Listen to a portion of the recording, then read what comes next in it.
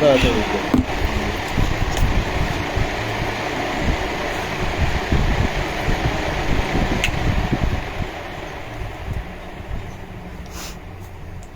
এখন অব্দি লাইভটা কেউ দেখছে না।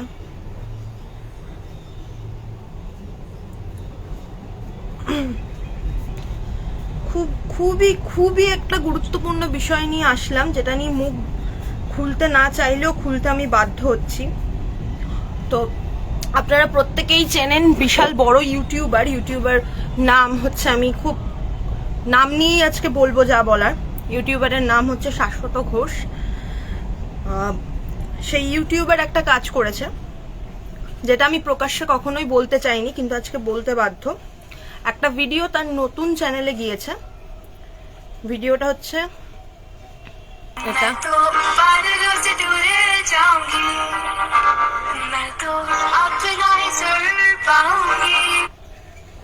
ভিডিওটা একটু বন্ধ হয়ে গেল, এটা একটু খুলে দাও। আমি একদম সোজাসুজি বলবো, আজকে কোনো লোকানোর কোনো কিছু নেই। এই ভিডিওটা এত দূর অব্দি এরা ট্রিটমেন্ট করেছিল, আসলেই এরা ট্রিটমেন্ট করেছিল, এবং তা যথাযথ সত্য যে এরা ট্রিটমেন্ট করেছিল। এবং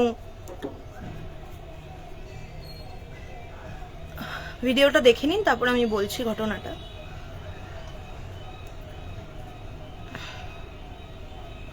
প্রথমত অপারেশনটা যেখানে হচ্ছে সেখানকার হাইজিন মেনটেনটা আপনারা দেখুন।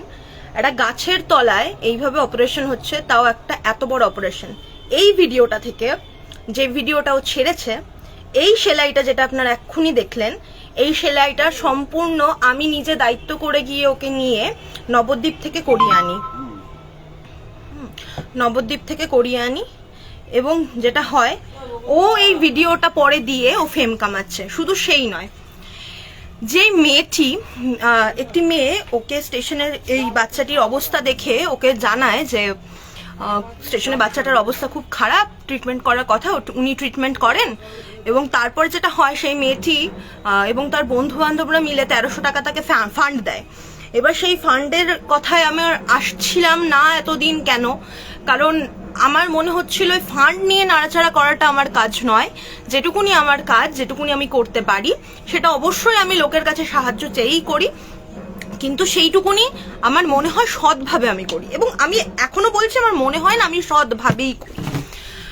তো বিষয়টা হচ্ছে এখানে যে যেদিন আমি ওকে নিয়ে যাই, সেদিন রাত্রেবেলায় ওকে অপারেশন করা, আপনারা নিশ্চয়ই সবাই জানেন, একটা মেজর অপারেশন, সেটা মানুষের হোক বা কুকুরের বা অন্য কোনো পশুর, একটা মেজর অপারেশন হওয়ার পর সেই জায়গায় ধুলোবালি লাগানো যায় না।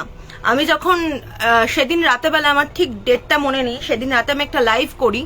সেই লাইভ যখন করি, তখন আমার পরের দিন সকালবেলায় আমার একটা প্যারালাইজড বাচ্চাকে নিয়ে নবদ্বীপ যাওয়ার কথা ছিল। তো আমি যখন ভাবি যে ওকে নিয়ে আমি যখন যাচ্ছি, তখন এই বাচ্চাটাকেও নিয়ে যাওয়া যায় কিনা। আমি সঙ্গে সঙ্গে এই বাচ্চাটার জন্য নিহার বাবুকে, নবদ্বীপের যিনি সার্জন আছে, নিহার রঞ্জন বিশ্বাস, ওনাকে ফোন করি, ভিডিও পাঠাই। উনি বলে আমার খুব একটা ভালো লাগছে না, তুমি ওকে নিয়ে চলে আসো। আমি দুটো বাচ্চাকে নিয়ে একা একটা গাড়ি করে যাই। আমি যখন যাই নবদ্বীপে, আমার হাতে মাত্র 650 টাকা। আমি জানি সেখানে গিয়ে আরো বহুত খরচা রয়েছে, প্লাস গাড়ি ভাড়া 1300 টাকা। আমি রীতিমতো ওখানে যাই। আমাকে ডাক্তারবাবু বলেন যে তুমি কি বলছো, এটাকে অ্যাজ ইট ইজ ছেড়ে দেবো নাকি আমি খুলবো? আমি বললাম স্যার আপনি যেটা ভালো বোঝেন। বললাম আমি খুলবো, কারণ অপারেশনের জায়গা কখনো এইভাবে খুলে থাকে না। ভালো কথা, স্যার সেটা খোলেন।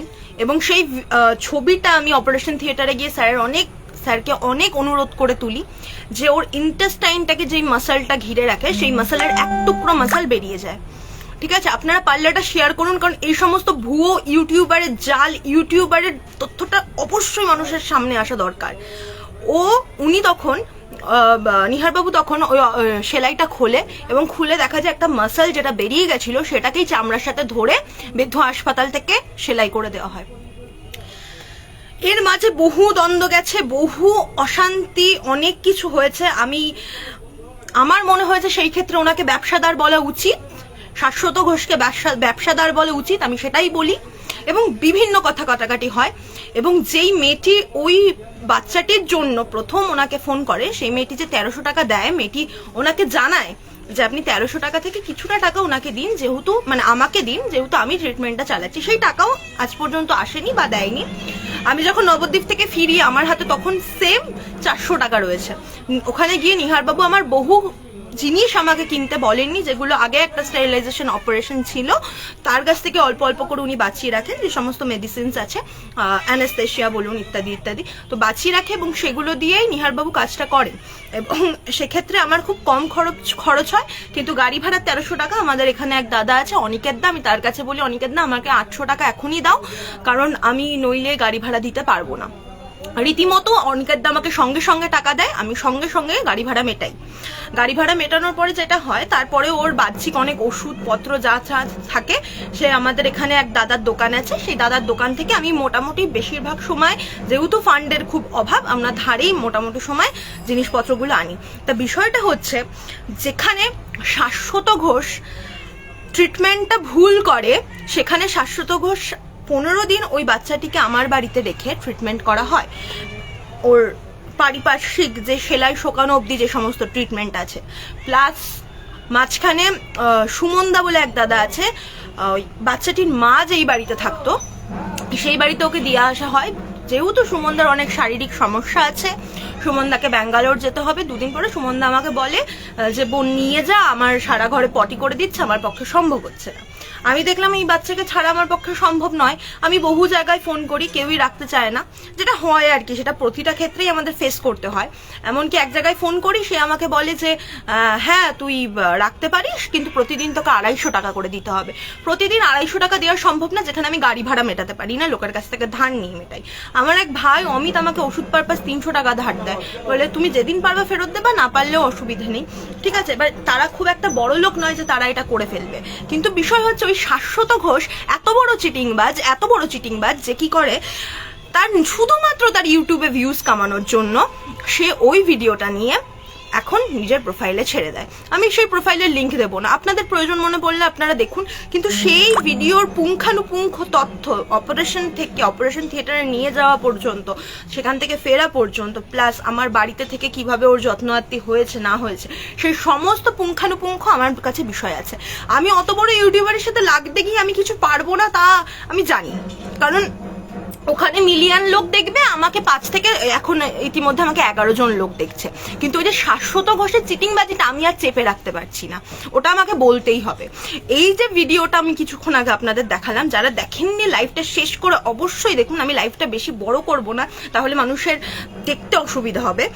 এই যে ভিডিওটা আমি পুরোটা মানে দেখালাম আপনাদের, সেই ভিডিওর লাস্টটুকুনি সম্পূর্ণ আমার বিজয়দার, সায়ন্তর, অনিকেতদার, অমিতের, আমার মা এবং আমার বাবা এবং সেলাই কাটার সময় সুজয়দার হেল্পে হয়েছে।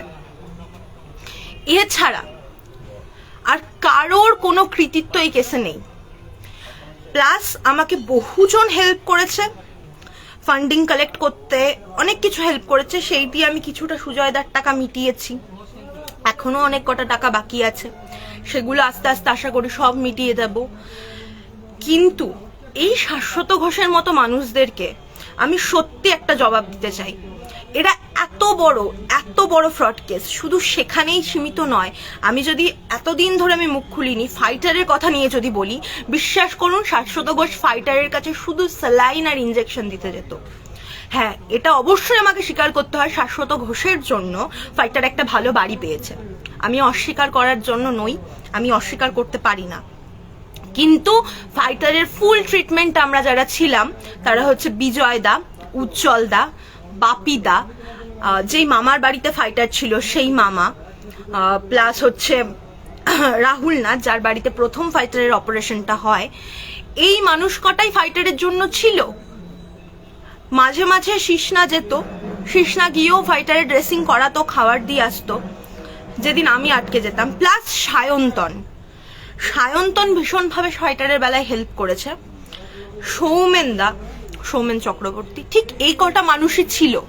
শাশ্বতদা 5 থেকে 7 দিন, হ্যাঁ আমি বললাম 5 থেকে 7 দিন ইনজেকশন করেছে, ওর ভিডিও ছেড়েছে, আমি জানি না। হ্যাঁ, ওর ভিডিও থেকে যত কিনা হেল্প এসছে তার মধ্যে 3000 টাকা শাশ্বত ঘোষ আমায় দেয়, প্লাস আমার বাড়ি ভাড়ার যেই টাকা আমি দিতে পারিনি, ফাইটারের ট্রিটমেন্টের পিছনে চলে গেছিলো, সেটা আমি শাশ্বতদার কাছ থেকে ধার চেয়েছিলাম।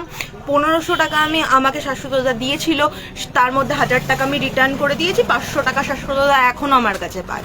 আমার পক্ষে দেওয়া এখনো সম্ভব হয়নি, তাই আমি দিয়ে উঠতে পারিনি। যা হবে প্রকাশ্যে হবে, আর পুরো কথাটাকে আমি চেপে রাখতে পারছি না।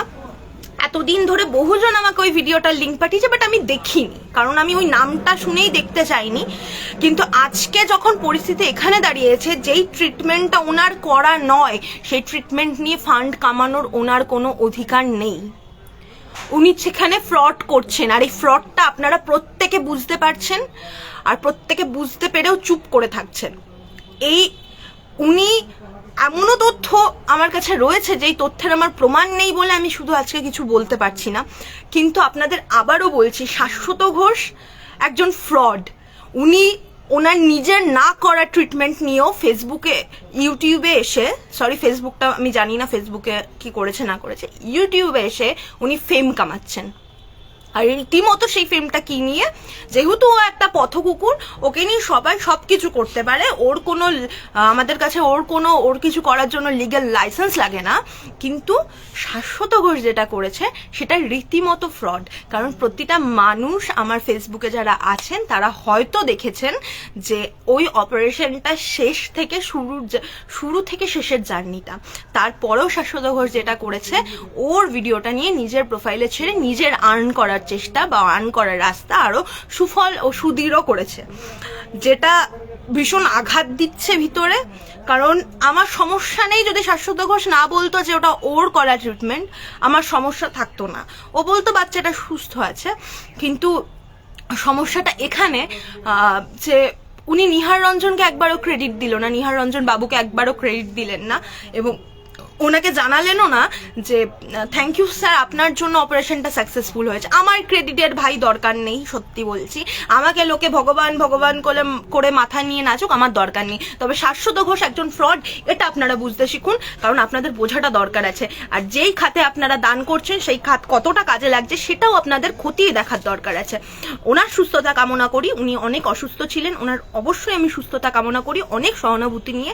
কিন্তু যেই কাজগুলি উনি করছেন সেগুলো কোনো আসল মানুষের বা একজন পশু প্রেমীর পরিচয় হতে পারে না।